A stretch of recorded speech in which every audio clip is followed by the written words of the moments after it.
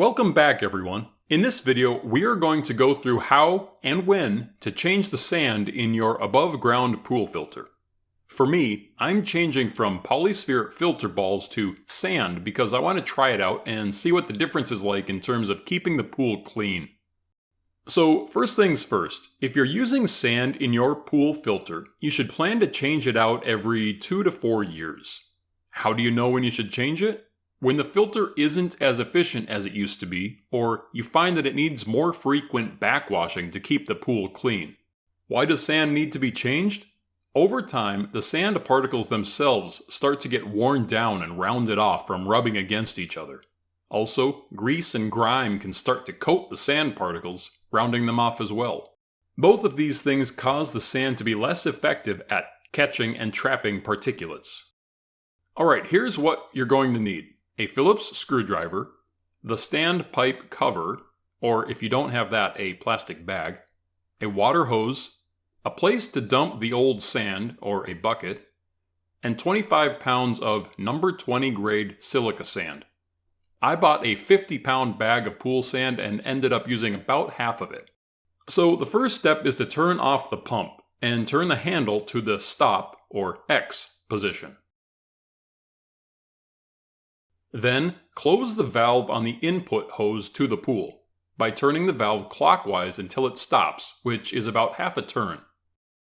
Then unscrew the hose from port A on the pump. Don't lose the rubber gasket. Next, remove the collar holding the cover on the reservoir by removing the 2 Phillips screws. Take off the cover to reveal the filter media. Set the cover on something to hold it up. I used a log. You just want to relieve the stress on the input tube. Then remove the reservoir. Dump out the old media and the standpipe.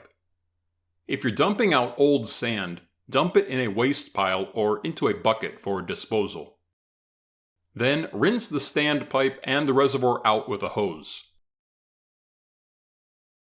Note the min and max fill lines on the standpipe. These lines ensure you have the reservoir about 60 to 75% full. Put the standpipe back into the reservoir. Next, install the standpipe cover. You don't want any sand to get down into the standpipe. If you don't have a standpipe cover, then cover the opening with something like a plastic bag and a rubber band. Now, prepare your sand. Carefully pour it into the reservoir until the level is between the min and max lines. Here we're at the minimum fill line, and now we're almost to max. Let's leave it here. Remove the standpipe cover and set it aside. Make sure there's no sand on the upper rim of the reservoir. Now, put the reservoir back into its holder and place the cover back on. Make sure the rubber gasket is free of sand too. Reinstall the collar and put the 2 screws back in and tighten them up. Reinstall the input hose. Don't forget the rubber gasket. Now we're ready to backwash the sand. This is really important the first time you change the sand because you need to get all of the dust and small particles out. Turn the selector handle to the backwash position, the 2 back arrows. Then remove the drain port cover. This is labeled D. Turn on the pump to backwash the sand for about 30 to 60 seconds or until the water is clear and no longer brown. Sometimes I'll shake the reservoir to help the sand move around.